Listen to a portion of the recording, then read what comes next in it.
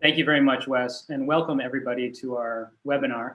As Wes said, my name is Matthew Erie. I'm an associate professor at the University of Oxford, and more importantly, one of the co-chairs for the Asia Pacific Interest Group, along with Professor Gu Weixia at Hong Kong University Law Faculty. Really want to welcome you again to this webinar, one of many in a series, tackling some of the core international law issues in the Asia Pacific region. Today, our moderator is going to be Professor Man Jiao, who's a professor at the University of International Business and Economics in Beijing, currently based in Southeast China. Professor Cher, now I'd like to turn it over to you. Thank you.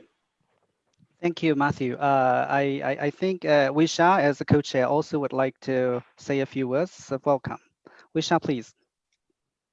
Thank you very much, Manjao. First, thank you for tuning in from different time zones throughout the world.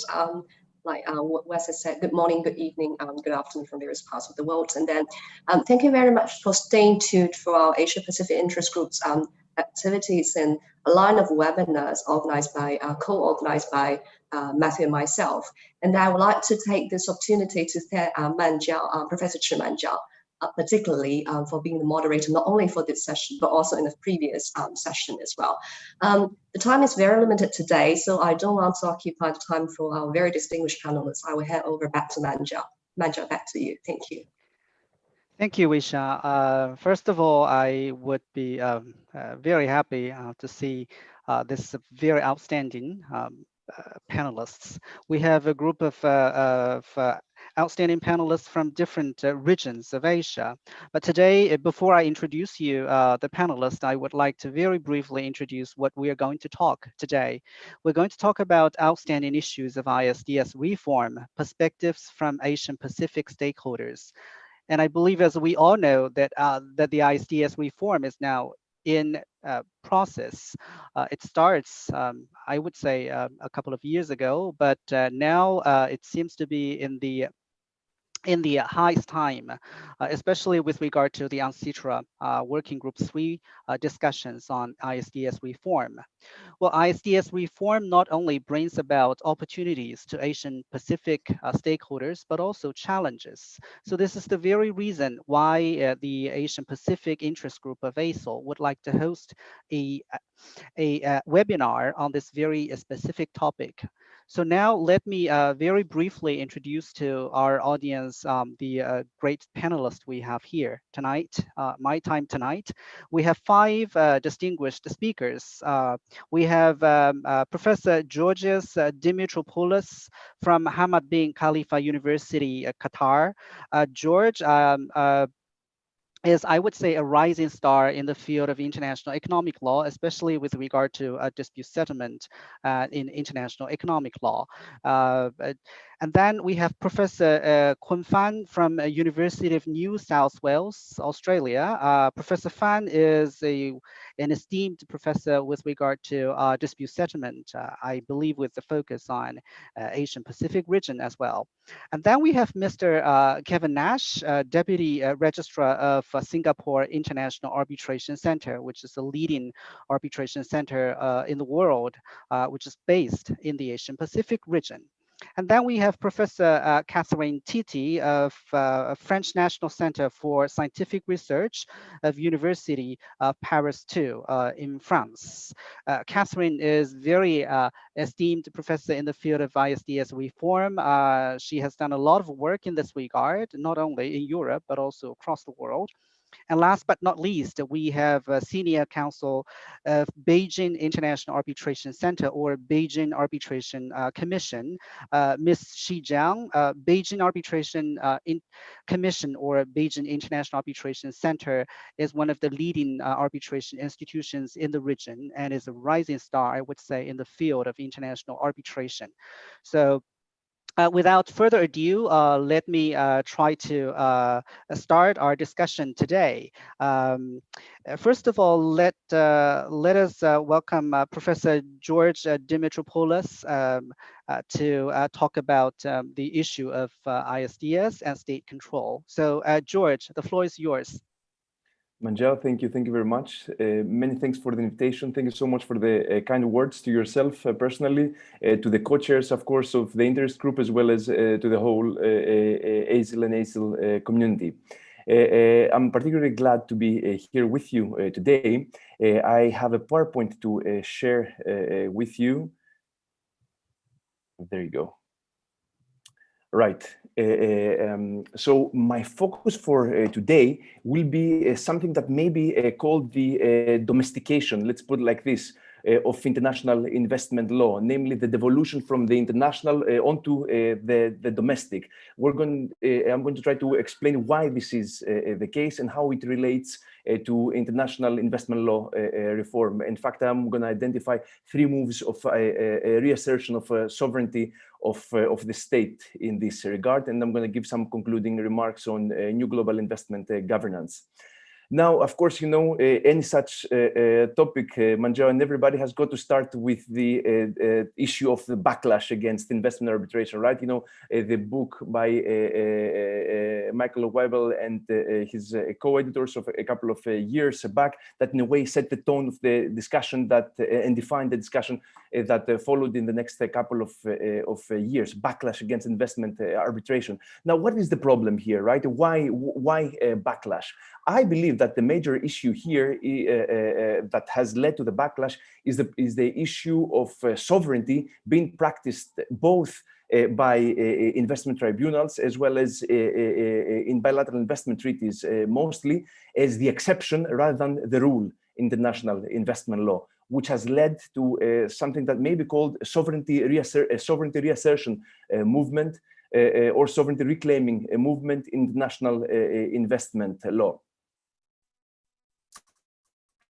Into different aspects of the sovereignty reassertion movement in international investment law, let me highlight the following, something that I've called here the international law paradox in Asia Pacific. Asia Pacific countries, in fact, it's a huge region, of course, right? Very difficult to classify. But if one were to try to make a remark about the common characteristics in this field of almost all Asia Pacific states, is that they are both. The states are both sovereignty sensitive. They worry about losing aspects of their sovereignty, while at the same time they are and try to be as economically open as they can. And some countries in Asia Pacific have historically been more hesitant than other countries around the world to delegate aspects of their political as well as economic sovereignty in the first place. Countries in the Gulf region where I'm based, as well as small states in the Pacific, as well as small landlocked states. Bhutan is here probably the best example. Those countries have been a little hesitant in signing bilateral investment treaties, as well as their domestic laws are in a way different than other countries around the world when it comes to welcoming foreign investors. Now, I'm going to speak about 3 movements of reassertion of sovereignty that relate to investment law reform. Number 1, what I'm calling here isolationist reassertion, namely what we've been observing over the course of the last couple of years is the explicit withdrawal of countries around the world from international investment agreements or withdrawal from negotiations for international trade investment treaties. This is a trend that we've been able to observe also in Asia. Indonesia being one of the most characteristic examples, having terminated multiple BITs as of 2014, and India, of course, terminating 58 BITs.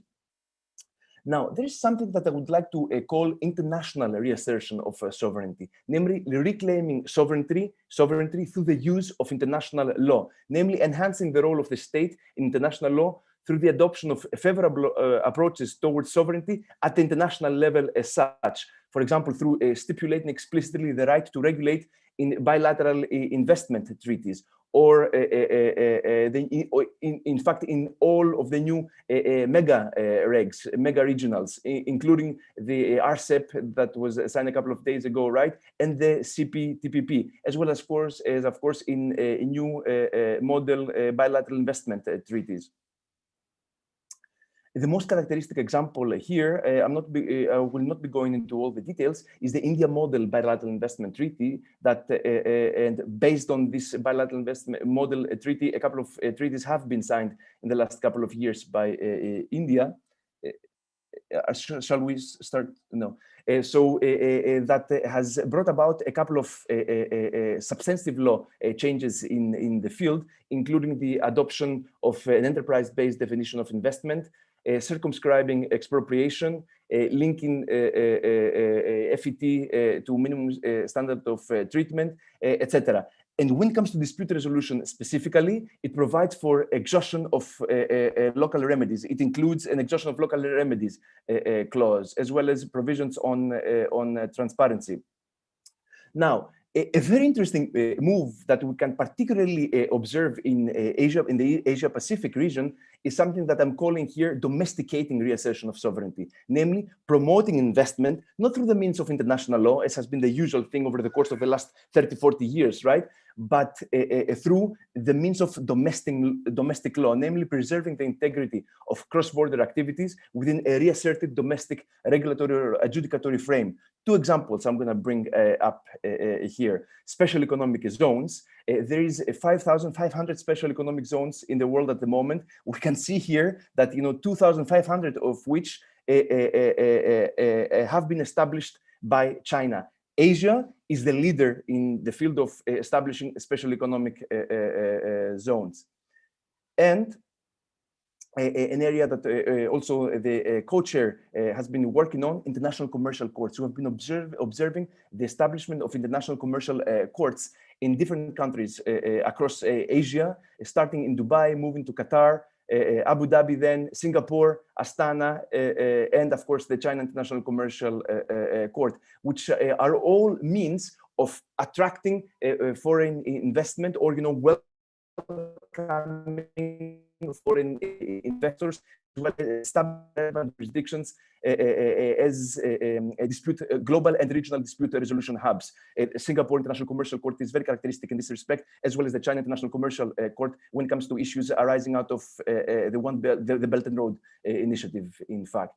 Now, what we have been observing is a reform process that has been initiated through the backlash. Of course, this reform process takes place at the international level through UNCITRAL, at the academic level with Academic Forum on ISDS and further movements that have been leading towards new paradigms, international investment law, as well as ISDS reform. But the point that I would really like to make is that we've been observing this trend towards domesticating international investment law. And contrary to previous moves against foreign investment, the use of the domestic law is being done while at the same time generally accepting the values of international investment law as such. So what we've been observing is a greater role, generally speaking, for domestic law, a greater role for domestic institutions, and we can further discuss about those points later.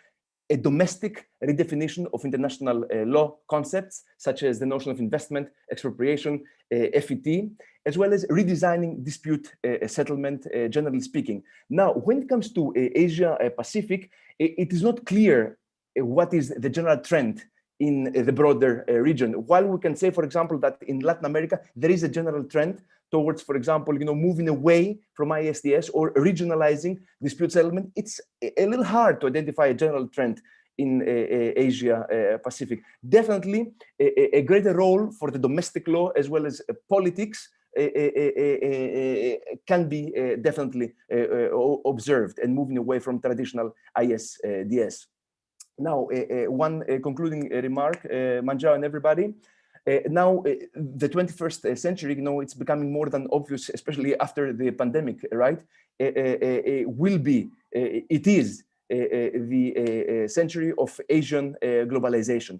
Interestingly, Asia has proposed already many years ago this model of what I would like to call asymmetric globalization, namely, as opposed to the more Western type of globalization that was trying to impose one standard on everybody, namely, as opposed to a model of homogenizing globalization, what we can observe here is a sort of asymmetric globalization. So in that regard, Asian, particularly Asian states, have been ahead of their time in trying to permit the globalization of these aspects of their sovereignty and economies that they deliberately choose to do so in terms of the areas, the degree of globalization, as well as I want to submit, particularly in Asia Pacific, when it comes to the means of economic globalization, particularly with what we can observe as this trend of domesticating reassertion, using domestic law to globalize,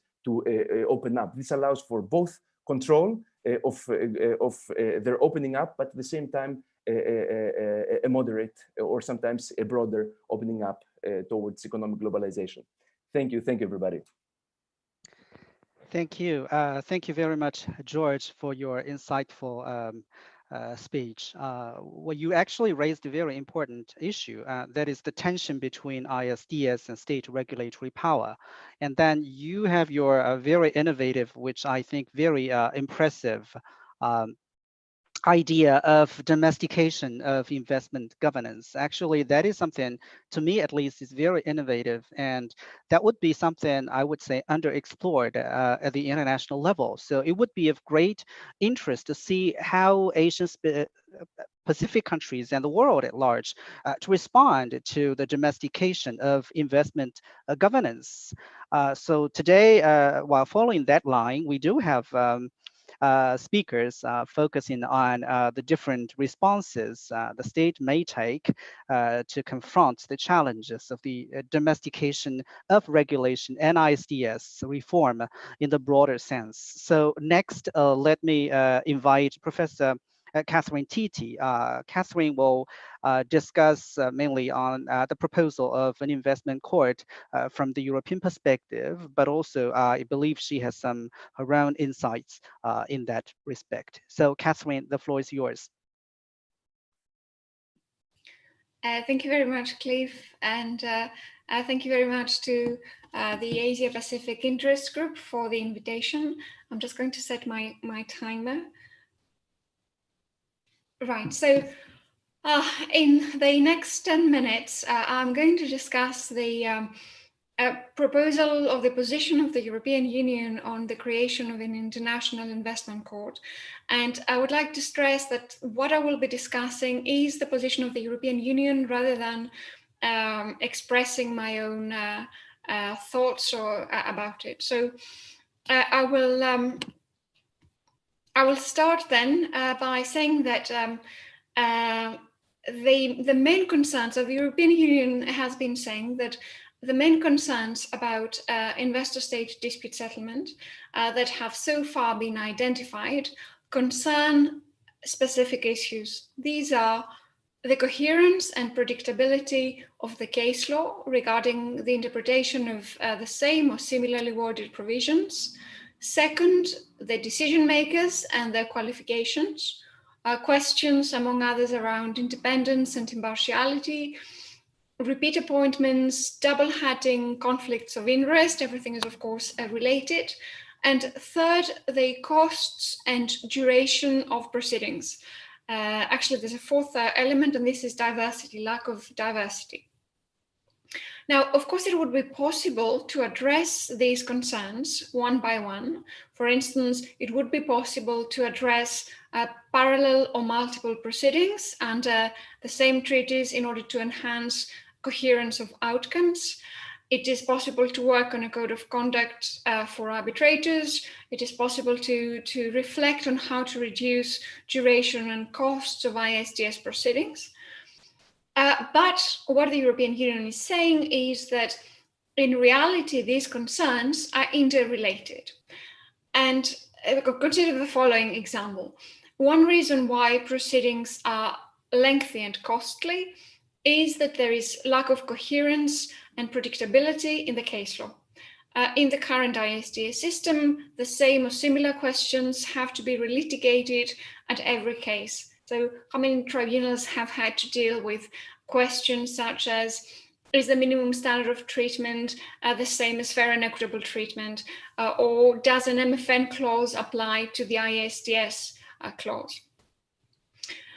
So why don't we have a more coherent and predictable case law? Well, in part, says the European Union, because every case is heard by a different tribunal. So it is the ad hoc nature of the system that means that we don't have coherence and predictability. But the ad hoc nature of an arbitral tribunal is also related to other concerns, notably questions of independence and impartiality of arbitrators. Party appointment and repeat appointments may create incentives to rule in favor of the appointing party in order to ensure reappointment. And we know this article by Jan Vandenberg, who found that, 99% of dissenting opinions are written in favor of the appointing a party of the arbitrator. In addition, in the absence of a permanent system, arbitrators necessarily have other professional activities which can lead to potential conflicts of interest. This in turn leads to more and more challenges, which in turn contributes to increasing costs and duration of the proceedings.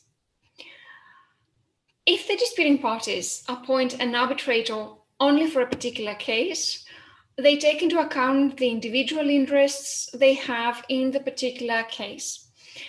So they don't take into account diversity. They're going to choose an individual who is going to be the best, or who they are going to consider is the best for the job, the one more likely to side with them in the dispute, but they will not take into account issues such as regional representation, representation of the developing world, or gender parity.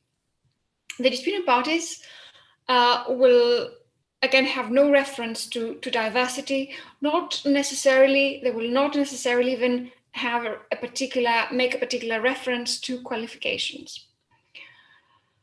So again, I stress this is the position of the EU.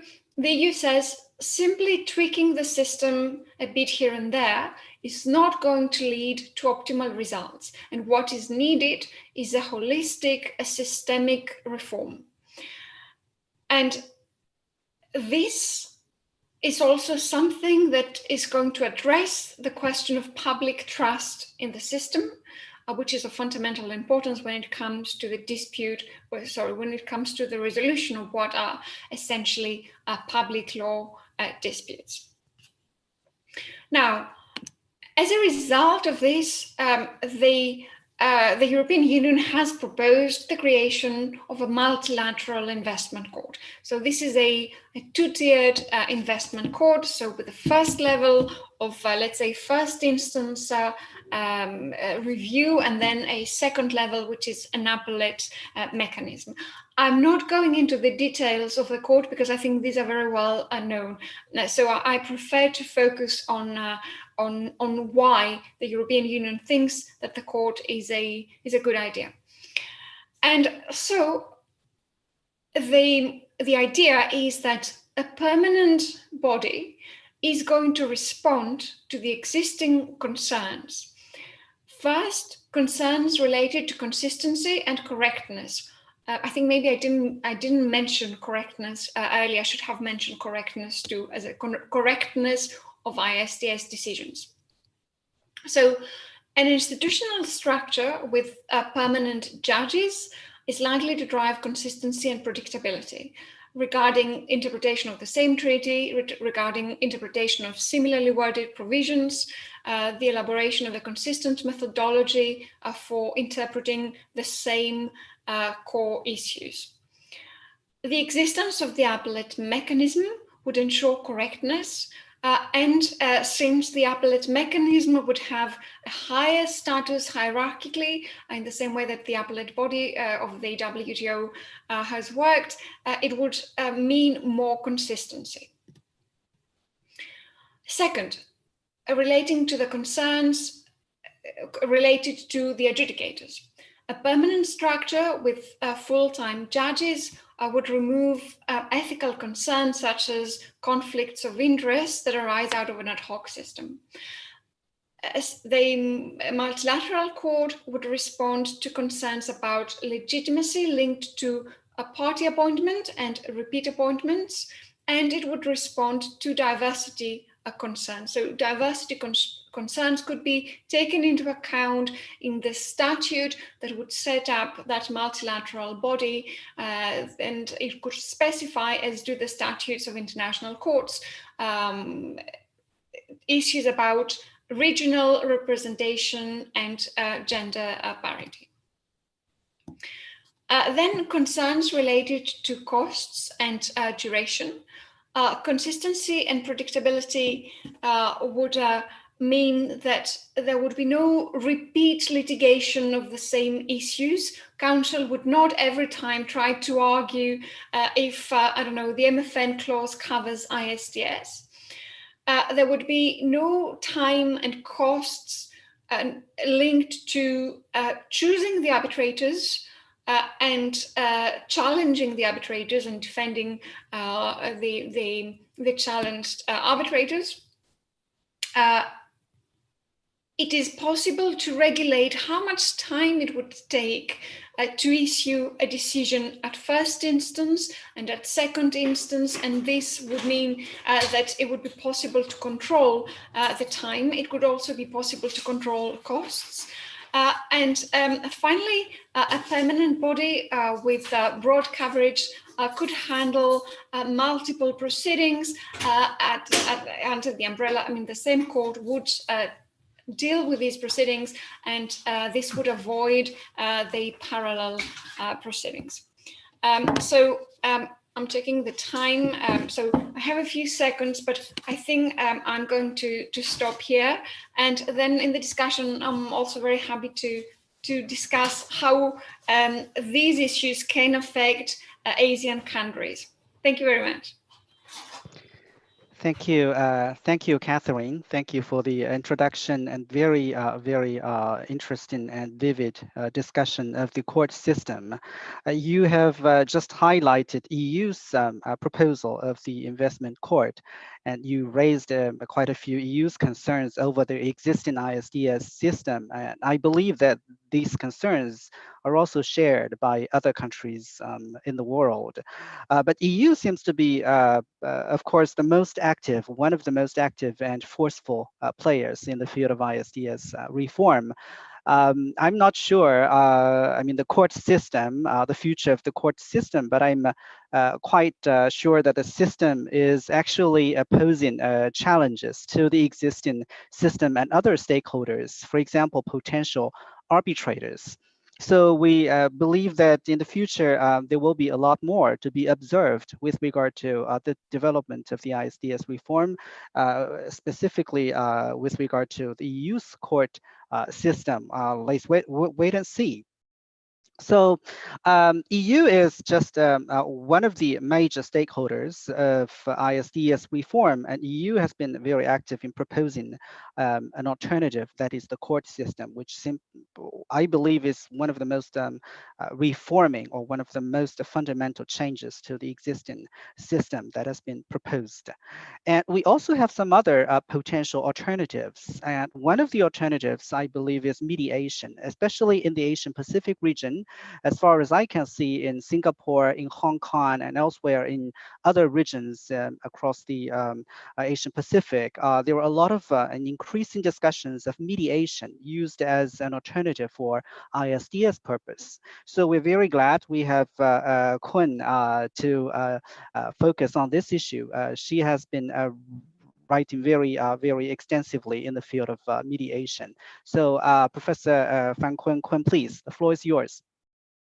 Thank you, Manjiao, for the kind introduction, and thanks for the co-chair of the interest group and also the organizer of ASL. Good morning, afternoon, and evening, ladies and gentlemen.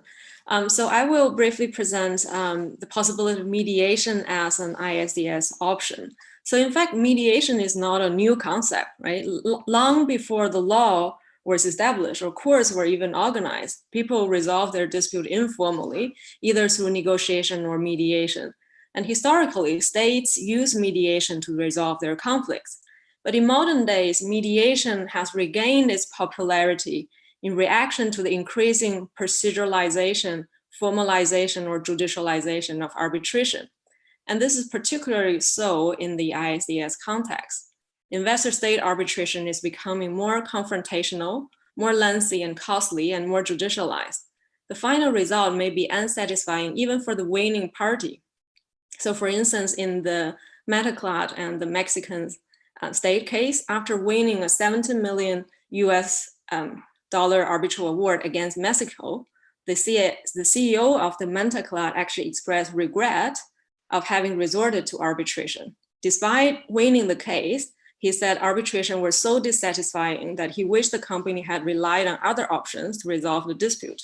So this proceeding lasted for 5 years, involved a battle in domestic courts, and the claimant side alone had an estimate of $4 million in direct and indirect costs. So this case just shows how the nominal winner is often a real loser in fees, expenses, and waste of time, as Abraham Lincoln famously noted. In light of this backlash against investor-state arbitration, investor-state mediation has been raised by some states in the ISDS reform deliberation since 2008, through mainly UNCITRAL. And the recent entry into force of the Singapore Convention on Mediation is also going to increase users' trust towards mediation. And I think the pandemic may also even push the users to rethink about the need to maintain their business relationship and thus also pave way for mediation. But why mediation might be particularly beneficial in the ISDS context? I think mediation can offer a viable alternative to arbitration. It allows investor and state with opportunity to resolve the dispute themselves, more speedy, less costly than arbitration. In the ISD, where the median length of arbitration proceeding is about 4 years and 4 months, median costs are about 4.2 million for the claimant side and 3.4 million US dollar for the respondents. And also a frequent criticisms of investor-state arbitration is the legitimacy of private arbitrator, right, rendering decision against the state regulatory act. Whereas in mediation, it is the disputing parties who make the decisions. Right? If they cannot come to a settlement, the mediator have no authority to impose any decision on the parties. In the context of this pandemic, proposal, for instance, the proposal of the moratorium on COVID-19 arbitration claims, also the unpredictability of the outcome, time and cost may also provoke the party to reassess the existing dispute resolution mechanisms. So for the government who may feel compelled to protect their citizens from public health perspective, and for investors seeking to recompensate the loss that they suffer and also trying to maintain a relationship with the hosting state, there might be room for a more flexible approach rather than a black and white solution of a legal decision in which one side wins, the other side loses, as suggested in the tribunal in the Ashmia and Slovakia case. So mediation could take into account the broader economic goals and consider the positive impacts of investment project for both investor and the hosting state, and can also avoid the potential escalation of politically sensitive disputes. Despite those advantages, so far mediation has not been significantly used in investor-state disputes.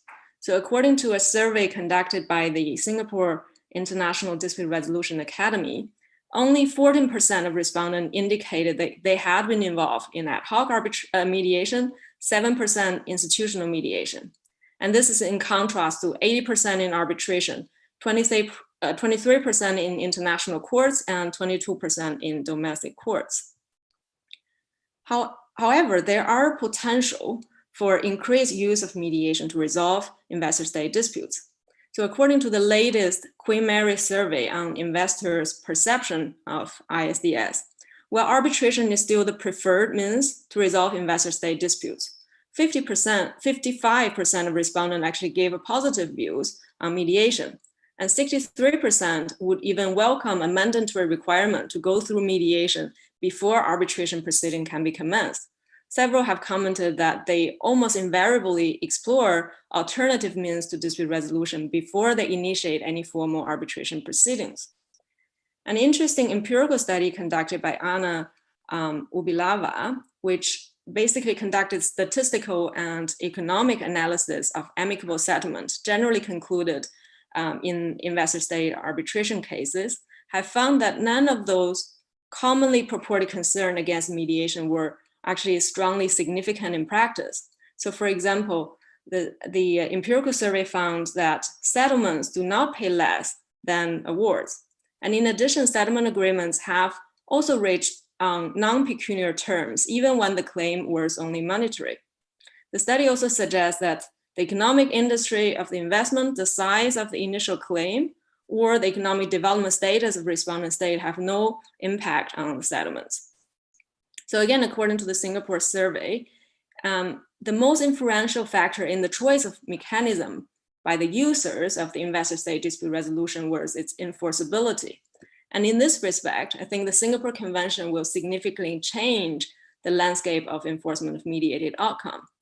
With the convention now in force, business seeking to enforce a mediated settlement across the border can just simply apply directly to courts of countries that have signed and ratified the treaty instead of having to enforce it as a contract in accordance with each country's domestic process.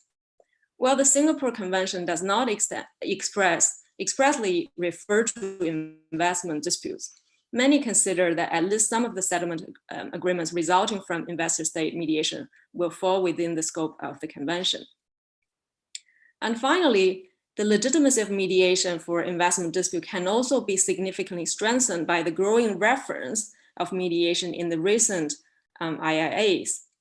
While mediation has always been available to states during the cooling off period before arbitration, my recent treaty survey found that explicit reference to mediation is becoming more and more common.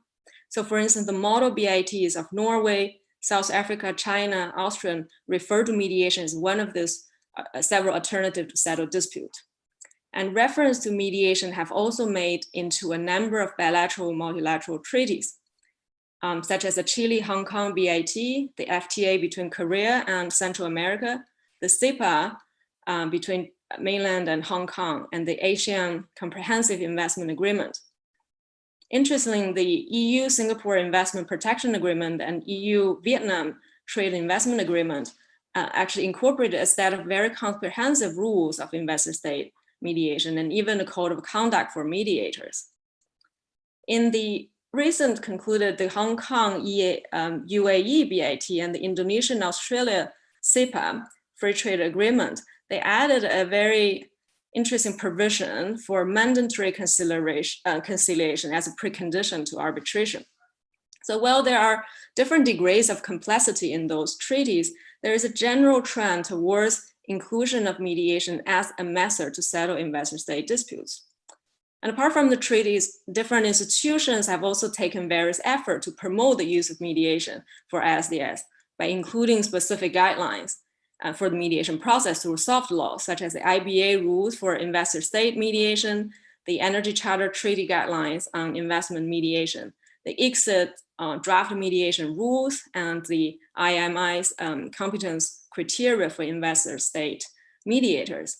So as the parties and their counsels become more familiar with mediation, this could build more confidence also in the legitimacy of the process. So I think the issue of increased use of mediation for resolving investor-state dispute is not a matter of whether or when, but rather a matter of how. So I'd like to conclude by quoting a speech by Sir Anthony Clark, which he said in the context of civil justice reform, but I think it's also appropriate for promoting mediation for investor-state dispute. Here, quote, "It is of course a cliche that you can take a horse to water, but whether it drinks is another thing entirely. That it is a cliche does not render it less true. But what can perhaps be said is a horse, even a very obstinate horse, is more likely to drink if taken to water. So we should be doing more to encourage and perhaps direct the horse to go to the turf. The more horses approach the turf, the more will drink from it. Litigants, like horses, we should give them every assistance to settle their dispute in this way." So I'm hoping that there will be more potential for the users to use mediation as another option to resolve the investor-state dispute. Thank you. Thank you, Quinn, for this very, very informative and insightful discussion of mediation as an alternative for ISDS. And of course, as you correctly pointed out, arbitration is not perfect, and mediation has potential, and it has the potential to be a major ISDS alternative, especially in the light of the Singapore Convention that has been recently adopted and coming into force. But of course, as you also said, mediation so far has not been very frequently used for ISDS purpose. But that said, I still sense mediation is a very important issue, especially with regard to the Asian Pacific region. This may be a stereotyped impression that the Oriental countries or Eastern part of the world seems to have a kind of culture or tradition of non-confrontational settlement of disputes, and mediation is deemed as one of these kind of methods. But let's wait and see in the future, alongside the ISDS reform or after the ISDS reform, whether or not and to what extent mediation will be more frequently used by investors and states for ISDS purpose.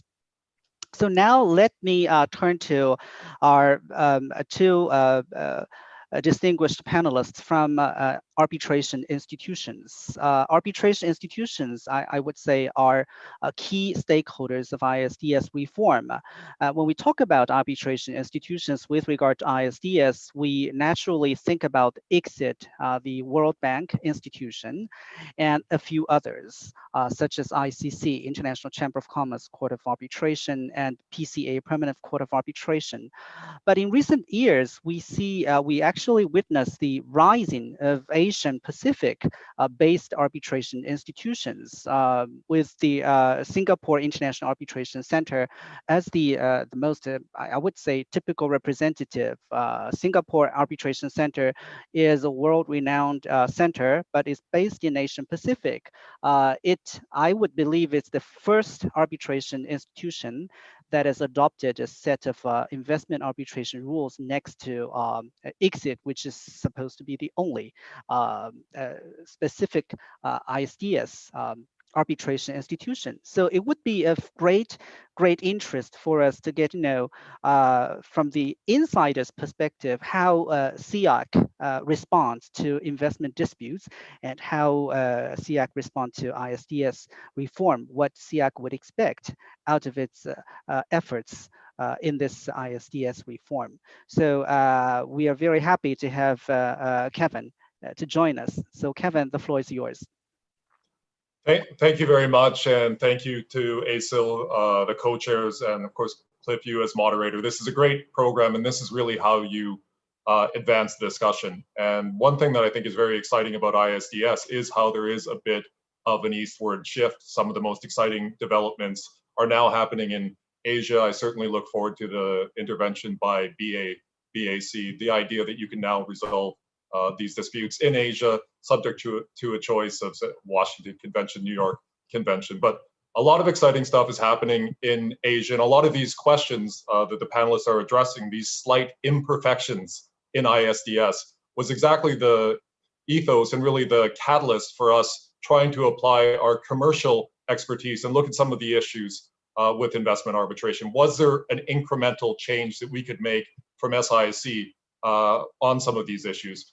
We know the issues with investment arbitration, the two-pronged test, the jurisdictional skirmishes at the outset. So what we did is we didn't have qualifying definitions of investor and investment. We know the time taken to the constitution of the tribunal, how arbitrations can sometimes be waylaid by challenges to arbitrators. So what we tried to do, because SIC has kind of moved its bones to a certain degree on being really fast, really efficient, really cost effective. And so what could we do from our commercial knowledge and then apply it to the investment space?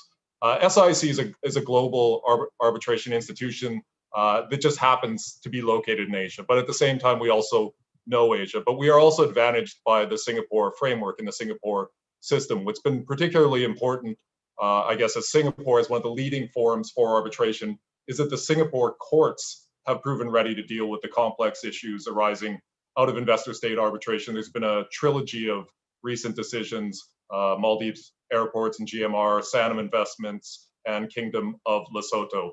So the fact that you can have this a court that understands these issues in support of arbitrations, particularly under the SIC commercial rules or the investment arbitration rules. And I should pause there for a moment, because another one of the reasons why we introduced these specialized investment arbitration rules is because we were getting more and more disputes involving states under our commercial rules. Most of these were contractual disputes, but also disputes under treaties. So we know under the existing regime, most of the investment cases are going to ICSID, or they're going to be under the Untitled arbitration rules, which can be conducted ad hoc or administered under the auspices of an institution such as the Permanent Court of Arbitration or SIC. We also administer under the Untitled rules, but now with institutions such as SIC, BAC, CTEC, Stockholm now has an annex. You've got these primarily commercial institutions that are expanding their portfolio to be able to deal with investment cases. So on the SIC investment arbitration rules were released on the 1st of January 2017. The investment arbitration rules have been included in the Singapore-Sri Lanka FTA. In addition to trying to improve the time and cost efficiency of investment arbitration, I think what we're also trying to give effect to is the fact that it's no longer, Asian countries are not primarily just capital importers. They're also capital exporters. So what we're really trying to balance, and what we did through the public consultation process, is to balance the interest of both investors and states. And we think that we've achieved quite a good balance. During the public consultation process, we were really trying to expedite the timelines and see how fast we could make things. Then we'd get counsel for states that would say, not possible. We could never get instructions that quickly. And then so we had to balance those timelines a little bit. So I guess the question is, if when we're looking at incremental or systemic change, why the SIC investment arbitration rules? So you're taking a commercial institution that has now designed this specialized set of rules for the unique issues in investment arbitrations for cases involving states, state-controlled entities, intergovernmental organizations, but it can also be used in any kind of dispute. What we're seeing is parties in commercial cases are also adopting some of these specialized procedures. So one difference that we have from the commercial rules and the investment rules is appointment as a default by way of a list procedure or a strike and rank. Sometimes we're now seeing parties in commercial cases that are porting this over. As I was mentioning, one of the biggest advantages of the SIC investment arbitration rules is avoiding that double barrel test. We know how long the jurisdictional phase takes in ICSID arbitrations. More than 25% of the ICSID cases are bifurcated. We heard about the timelines, the costs on both the investor side and the state side. So if you can avoid those jurisdictional skirmishes at the outset, that can be a big advantage. Importantly, there's no registration requirement either under the SIC rules. So any objection to SIC's competence will be dealt with by the SIC court. So a prima facie decision on the institution's competence. We also, again, in trying to balance the interests of investors and states, and one of the few institutions that have provisions for emergency arbitration. There's a lot of good jurisprudence from SEC on the jurisdiction of emergency arbitrators, for instance, during a cooling off period. But what we decided to do is to make it opt-in. So emergency arbitration is available under the SIC investment arbitration rules, but it's opt-in. So not available under ICC, available under the SEC. Emergency arbitration, if it is agreed, is important. The jurisdiction of the tribunal is often in dispute. Of course, you have to be concerned about due process concerns with the sovereign's ability to defend. But I guess one of the advantages that we have in Singapore, same as Hong Kong, is that emergency arbitrator orders are enforceable for both Singapore-seated arbitrations and foreign-seated arbitrations. They're enforceable as an order of the High Court. As I mentioned, it is a default list procedure, and if you track the differences between the commercial rules and the investment arbitration rules, what you will see is there's more power given to the SIC court. So the SIC court is 32 of the leading arbitration thinkers in the world, practitioners, independent arbitrators, and these are the people that are deciding the most important procedural questions in your arbitration. Under the commercial rules, there's more power with the president, but the overwhelming feedback that we got say for the appointment of arbitrators done under the list procedure rather than just the president is that most respondents wanted this power to be in the SIC courts. So default list procedure for the appointment of a sole arbitrator, of course, it can be 1, 3, or 5. Challenges of arbitrators can sometimes be an issue in investment arbitration. We have discussed some of these issues raised by double hatting, issue conflicts, repeat appointments. These are all issues that we know very well. One of the important things about the SIC investment arbitration rules is that we have the discretion, the registrar has the discretion on whether or not to suspend the proceedings. Also important to realize the different standards under the SIC investment arbitration rules as compared to Isds. So it will be justifiable doubts rather than the manifest lack standard. But what we're trying to avoid is proceedings being effectively halted. So this discretion to continue with the arbitration while it's being decided is important. We've also borrowed or we like to think updated Rule 41.5 of Isds. So there's a procedure for the early dismissal of both claims and defenses. So just early dismissal of claims under the Isds rules. It's also time-bound, 30 days from the constitution of the tribunal. We have taken away those 30 days, and we've tried to give effect to the Isds jurisprudence. And it's actually quite exciting. We have the same procedure under our commercial rules to see all of the Isds jurisprudence now being used in SIC commercial arbitrations, but also can be used in under the SIC investment arbitration rules. So you will see counsel and tribunals, say, invoking transglobal petroleum and those standards. We've also codified from the Isds jurisprudence, so for manifest lack of legal merit, manifestly outside the tribunal's jurisdiction, or manifestly inadmissible. We have also brought in provisions for submissions by non-disputing parties and non-disputing contracting parties. Obviously, amicus curiae is an increasing trend in investment arbitration, and third parties may well want to bring submissions. Because we are an Asian institution, we found that many of the users here are a bit more protective of the confidentiality of proceedings. So what we have tried to do is bring a commercial approach to it. So, but at the same time, you have to balance the transparency and the public interest. So under the SIC rules, we can publish the nationality of the parties, the treaty, statute, or other instrument under which the arbitration has been commenced, whether the proceedings are ongoing or have been terminated. And then we're able to publish redacted excerpts of the tribunal's reasoning and reasoned decisions by the SIC court, say on a challenge to an arbitrator. Otherwise, we are seeking the parties' consent. The SIC investment arbitration rules were also the first set of institutional rules, or at least major institutional rules, that had express provision on third-party funding. The regime has been liberalized in Singapore, so the torts of champerty and maintenance have been abolished, and so you now have third-party funding. This is something that's being discussed extensively in Working Group 3. So we wanted to give those powers in the rules, and also to give the tribunal the authority to order the disclosure of a third-party funding relationship. We've also released a practice note to make sure that any of these relationships are disclosed by arbitrators at the outset to avoid any issues down the road. I guess as a final point, and this applies to both commercial arbitration and investment arbitration, one thing that we've been very heartened about is how quickly parties are adopting to virtual hearings. This can have a very important impact, and something that we're hoping will continue once we get back to the previous normal, because this is going to help reduce the time and cost of arbitration, and importantly is going to reduce arbitration's carbon footprint on the world. So that is a brief but hopefully deep dive into the SIC investment arbitration rules, but I would certainly be happy to answer any questions. Thank you very much.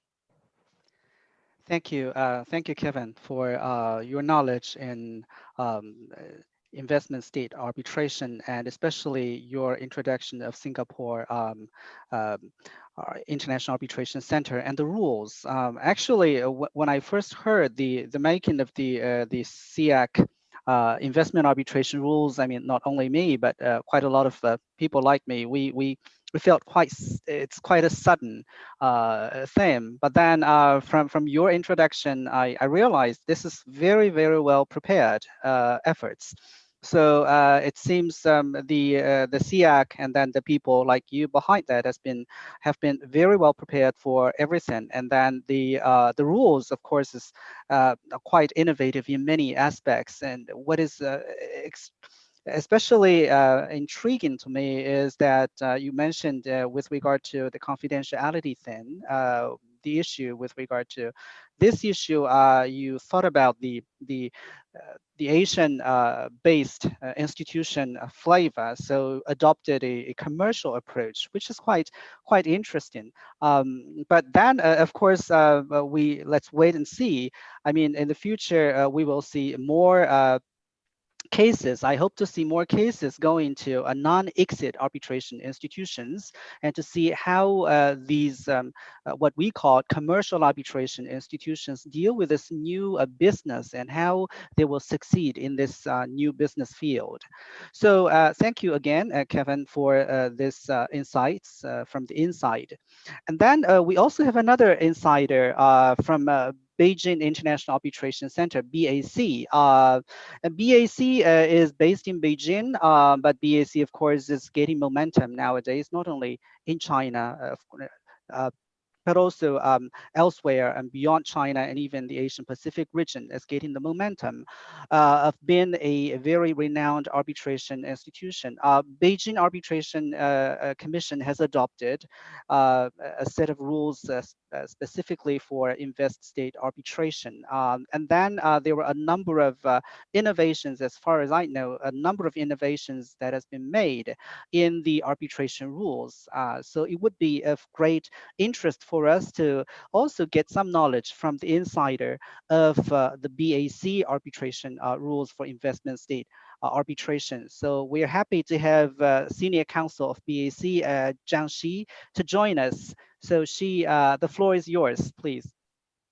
Thank you, Professor Chu, for inviting me to this very distinguished panel, and for ASL to host this webinar.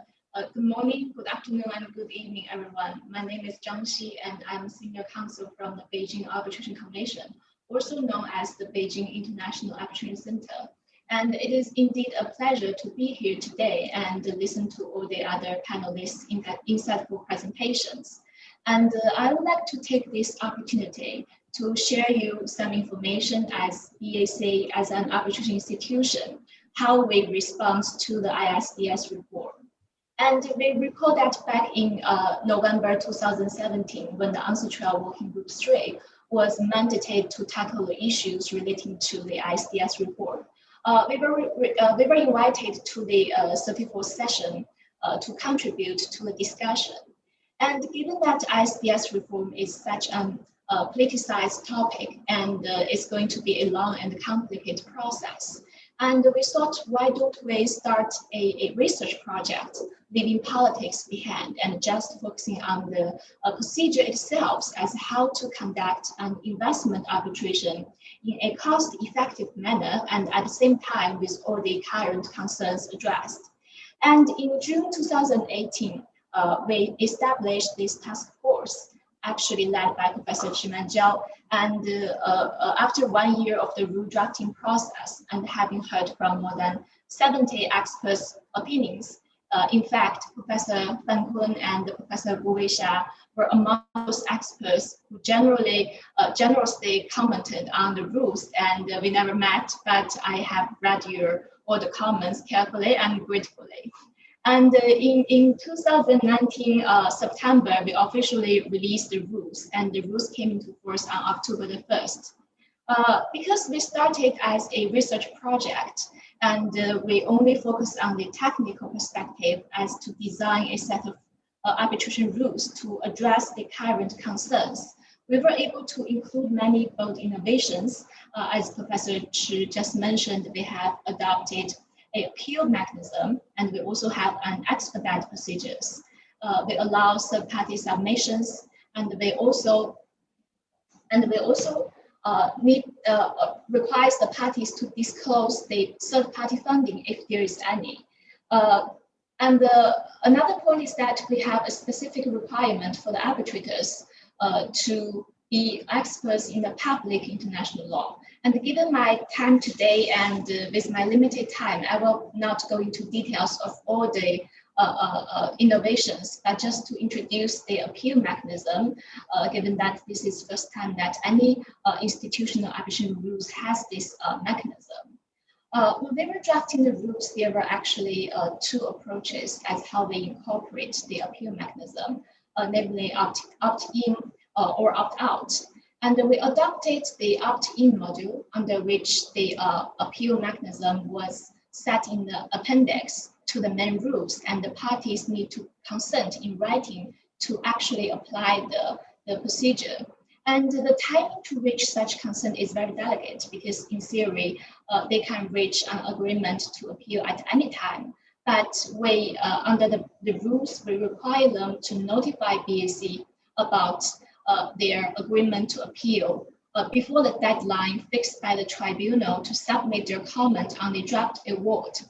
The reason we have this deadline is that we think the parties should be able to roughly ascertain the result of the case for them to make the decision whether or not they want to appeal. But by notifying BAC their consent does not mean that they have commenced the appeal proceedings. If they want to appeal the case, they have to submit a notice of appeal within 60 days after the arbitral award is made. That's how they commence the appeal proceedings. As for the grounds of appeal, we have set three categories of the grounds for appeal. The first one is that there is an error on the application or interpretation of the law or the rules of the law. The second one is that the arbitral award contains an error on the facts, manifest or material error in facts. And these two grounds are actually concern the substance of the award, which is lacking under the current system. The third one is the jurisdiction. This one might be a little bit overlap with some grounds, in certain jurisdiction for setting aside an arbitral award, but we thought it has to be a ground to appeal the award under the BAC rules. In theory, in principle, these three grounds will be the only grounds the parties can appeal, but we do allow them to agree on other grounds. But if they do have other agreed grounds to appeal, the BAC shall has the power to determine whether to accept this appeal, because we have to make sure there's no potential conflict between the agreed grounds and the mandatory regulations in the seat of arbitration. Another interesting perspective I would like to share is that my observation on the effective date of the arbitral award if the party agreed to appeal. Well, this is a personal observation not endorsed by the BAC. Usually, the arbitral award shall take effect on the date when it is made. But when the parties agree on the appeal, the arbitral award will temporarily suspend from taking effect. And under the BAC rules, there will be three circumstances which they might go. The first one is that the parties have agreed on the appeal, but within the 60 days since the award is made, neither of them has submitted a notice of appeal. Nobody's appeal. Under this situation, the arbitral award shall take effect on the 61st date after it is made. And second is that you have an appeal, but somehow the appeal proceedings terminated by one party withdraw or the tribunal found it has no jurisdiction, then terminate the appeal proceedings. Under these circumstances, the arbitral award shall take effect on the date when the appeal proceedings is terminated. And the third situation is that the party appeals, and when you have the appellate tribunal ultimately renders a appeal award. And in this situation, the arbitral award shall not take effective unless it is upheld by the arbitral tribunal or the appellate tribunal. So these are some observations as to the appeal proceedings. Besides the arbitration rules, we are also working on a code of conduct for the international arbitrators, just to address some issues over the independence and the impartiality of the arbitrators. It will be released maybe later this year or next year, and I will be happy to share it with you if you are interested. So that's my presentation. Thank you, Professor Chu. Back to you. Thank you, Jiangxi, for the very detailed introduction and analysis of the very innovative aspect of Beijing rules on investment arbitration, that is appeal system. I think this is very, very innovative because this is also heatedly discussed in the UNCITRA Working Group 3 ISDS reform process.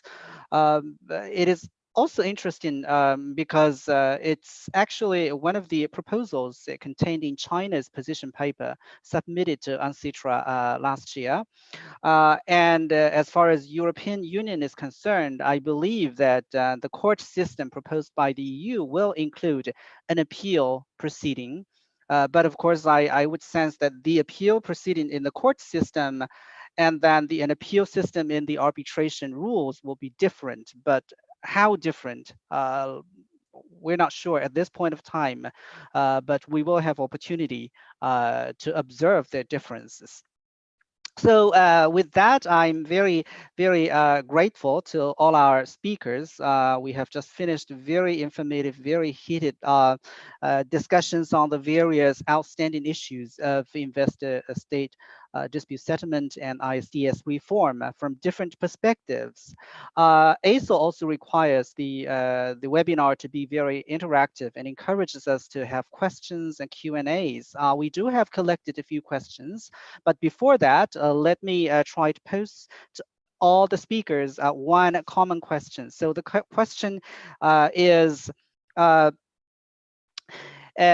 how do you think that the ISDS reform, what is the biggest challenge to the Asian Pacific region, the reform to the Asian Pacific region? And then what is your view on the future of ISDS in this region? You could be very succinct. I mean, I understand it could be very difficult because it's in the middle of the air, but it would be great given your expertise in this regard. I think it would be very, very helpful to all the stakeholders to know how you think about these two, what I think fundamental questions. So shall we start from George, the original order? So George, would you please? Thank you so much, Manjao. That's a really wonderful question. You know, the two issues are really interrelated. Now, I think that, you know, the future is not what the European Union think the future is. Namely, you know, the hope within also, you know, the UNCITRAL process is a multilateralization, right? So looking at a future that would look more multilateral than it looks today. Now, I have reasons to believe that the future will not look more multilateral, as I tried to explain also in my presentation, right? So, number one, there is all those trends towards domestication, right, that I tried to showcase before. And I think those trends are here to stay. And particularly when it comes to the Asia-Pacific region, the trends are not recent, right? I tried to explain under the terms of, you know, the international law paradox in Asia-Pacific, that, you know, this is kind of part of the embedded understanding of the way in which the governments of the Asia-Pacific states have been addressing the issues of economic liberalization, right? So, and secondly, we are seeing that, you know, we have to observe the whole field in which we're operating here, right? So we're seeing that, you know, multilateralism in international trade law, right, is on the verge of collapse. And of course, you know, the views of the Trump administration have been, you know, the main impetus behind this. But particularly in the United States, it's not only that, you know, this comes from one side of the political camp, right? I think there is a block in the United States of the political class that is against multilateralism in international trade law. It would be hard to see how you would bring one of the biggest players you know, international trade and investment law, such as the United States, onto the multilateralism. trained. So having like observing, more holistically this picture, I think the trend is not towards multilateralization, but this type of asymmetric process of moving ahead with the use of both domestic law as well as regional law in order to promote foreign direct investment to the extent that each and every country feels comfortable with.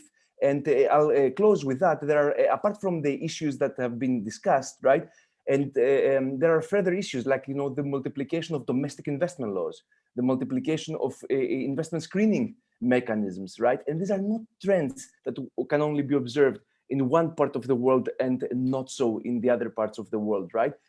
There seems to be that, asymmetry in the way that those issues are addressed with are at least global.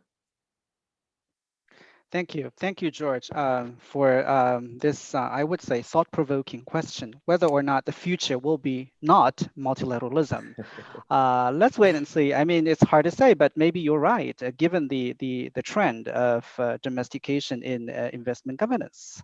Then, Catherine, would you please? Yes, thank you. I'll try and paint a more optimistic picture. Of course, there are threats to multilateralism, but I'm a strong believer in multilateralism, and I think what is good for one is good for all. Otherwise, what happens is when you have bilateralism, inevitably the more powerful party manages to impose the provisions they want in a treaty. So I think, especially for developing countries or for smaller countries, multilateralism is good. Otherwise, they're at the mercy of their powerful partners. Regarding where we're headed with the reform, I actually think that I partly join George. I think that's not exactly what George said, but I think we're moving towards fragmentation in the sense that the United States is not going to subscribe to a court system, and maybe China will want to have an appellate mechanism, but ad hoc arbitration, as Cliff you mentioned, and then the European Union will want the court. So if these positions move forward as they stand today, then inevitably we will end up with a court system, with arbitration, with other mechanisms. I would just like to say very briefly, adding on to something that Cliffy said about the appellate mechanism, that I think the idea of the European Union for a multilateral court has evolved from when we look at how it started, and now they're talking about this open architecture that probably would allow states like China that would be interested only in the appellate mechanism to join the appellate mechanism of the court. Of course, how that could happen remains to be seen. And I would just like to say that I have one question, but maybe I'll leave it for afterwards, for one of the speakers. But maybe I'll raise my hand. Thank you, Catherine. While George has given us a word of domestication, you seem to give us another word that's a fragmentation. So both words seem not really optimistic in a sense. But now let's have a look at what Quinn would have to say. Thank you. So on this debate of multilateralism, I think, well, I give one positive, I guess, a recent development is the RCEP, which just concluded on the 15th of November. I think that's probably one positive movement towards multilateralism. And it reserved, and also interestingly, that under the RCEP, parties can retain current flexibility to regulate important public welfare objectives, including public health. The current version hasn't provided specific for investor-state dispute settlement, but the parties might, discuss this question in the future. So that's one sort of positive note on this. And I think specifically on the Asian Pacific region, I think the Asian Pacific state will probably play also a more important role in the reforms of ISDS. So on this appellate mechanism that Catherine have nicely introduced, and there's actually already an increasing adoption of the appellate mechanism in the region. For instance, the Singapore-USA FTA and the chapter and the Indian's new model BAT that Georgia also mentioned, that actually contemplated the creation of this appellate mechanism. And also the EU-Singapore Investment Protection Agreement, EU-Vietnam FTA also provides for the permanent investment tribunal and also established this permanent tribunal to hear appeals issued from this permanent court.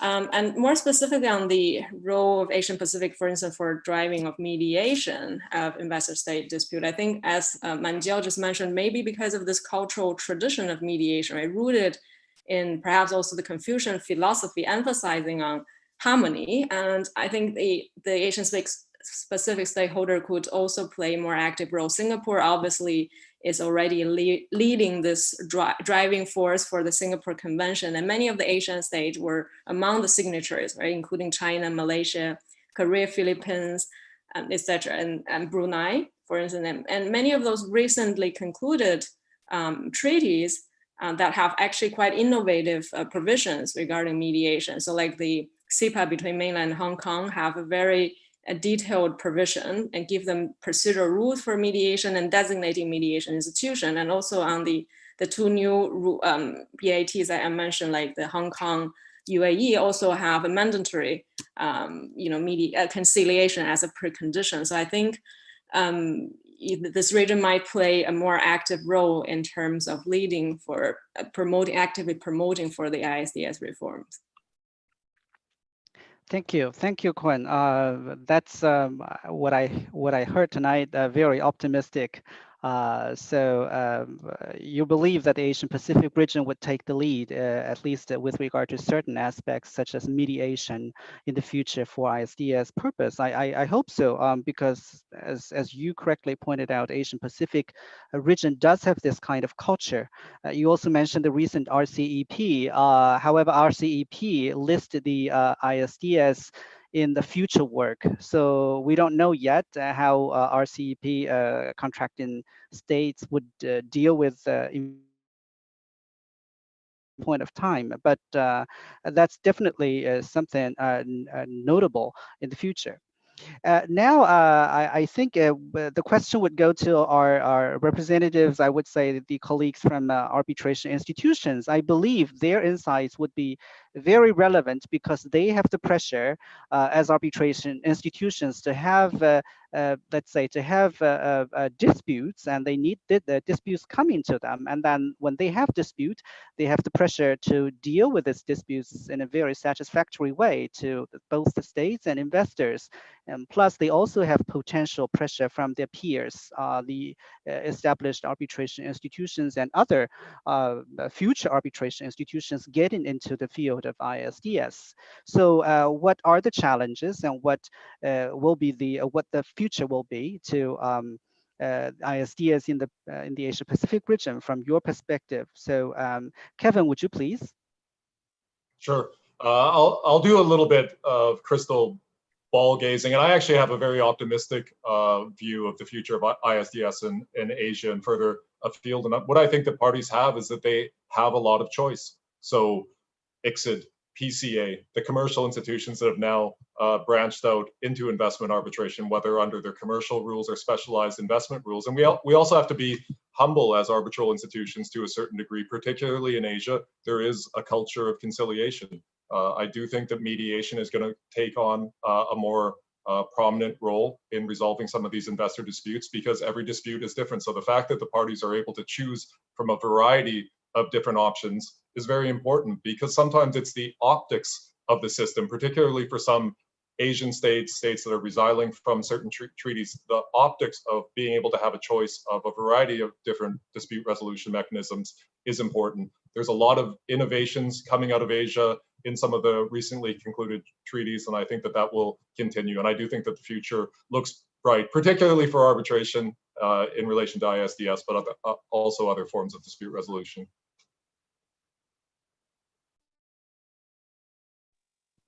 Okay, thank you, Kevin, for your optimism. I believe this is something very important to the Asian Pacific region as a major, I would say, a major market for investment disputes. The word I use market because there were so many cases or disputes originating from this part of the world.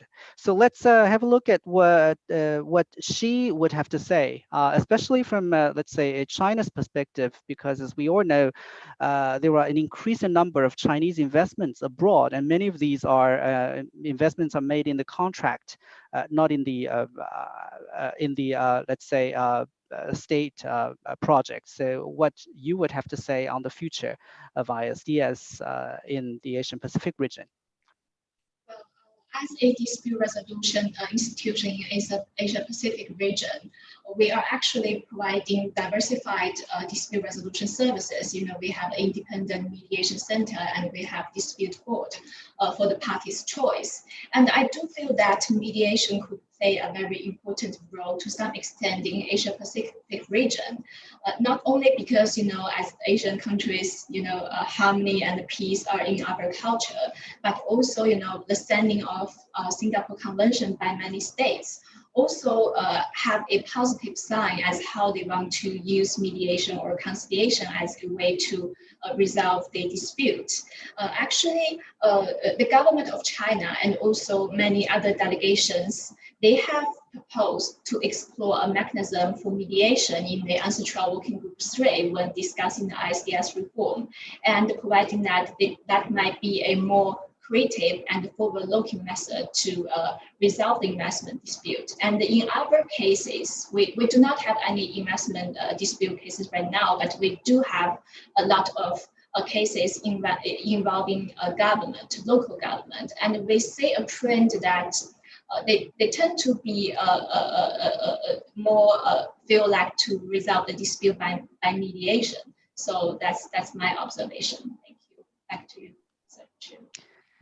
Thank you, Shi, for your insights on the future of challenges of ISDS in the Asian Pacific region. Now I'm happy that we have some 15 minutes to deal with the questions from our audiences. I noticed that the Secretary General of ICSID, Meg Kinnear, is joining us. So welcome, Meg. We couldn't see you, but you're listed in the participant. Very warm welcome to you. We do have a few questions now.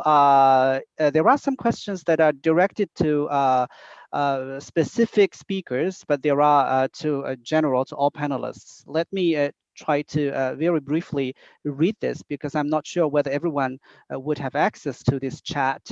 The first question goes to Kevin and Shi. So what is the mechanism for enforcement of awards rendered by SEAC and BAC, and how successful is it?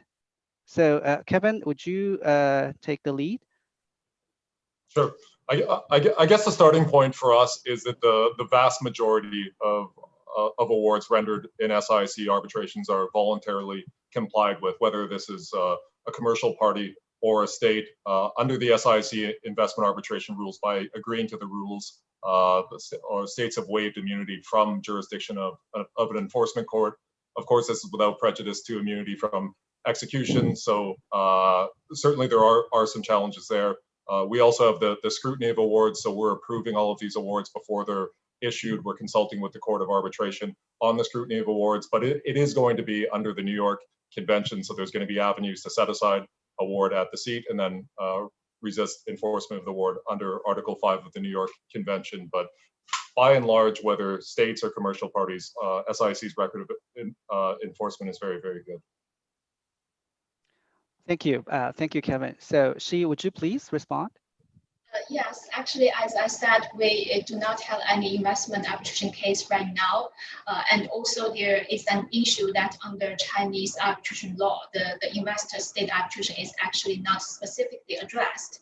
That is something the lawmaking body is considering when they are amending the arbitration law. But in the future, I think it would fall under the New York Convention for the enforcement of the BAC administered investment arbitration award. Thank you. Thank you, Xi. And also, I would like to add to what Xi has said. In China, China has a reservation to the New York Convention currently, which excludes the possibility of application of the New York Convention to the investment arbitration awards. So now I have a question to all panelists. This is a question from one of our audience today.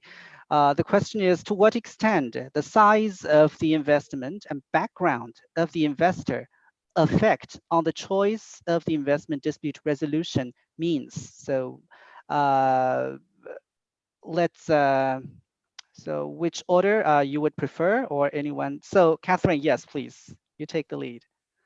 Thank you, Cliff. So this also relates to a question that I had. So I'm just thinking about mediation, because Asia has this culture of mediation and non-confrontational dispute settlement. And I guess I would have, in the abstract, I would have expected that there would have been more mediations initiated by Asian companies. However, that doesn't seem to be the case. At least as far as I'm aware. So for example, ICSID has now 13 conciliations, and I was just having a look a moment ago. I don't think I saw any. I'm not sure if I checked all of them, but it doesn't seem that they are from, they come from Asian companies. And the question that I had was for Koen, and that is, sometimes, I mean, one of the problems, one of the difficulties with mediation or conciliation concern the fact that public officials are not at liberty to come to a settlement. There are concerns about corruption, that they may be accused of corruption if they agree to a given settlement. So I was wondering, is there a particular way in which this issue is dealt with in Asia that in fact other countries could adopt and that would encourage mediation? Thank you. I think this actually, I think Koen would be an ideal person to answer the question. So Koen, would you please? Thank you, Catherine. That's a great question. That's in fact, the NUS conducted, the Center for International Law conducted a survey to understand the main obstacles for settlement. And most participants think that the state is usually the party more reluctant to settle. And as what you mentioned, that the actually deferring responsibility of decision making to a third party is one of the major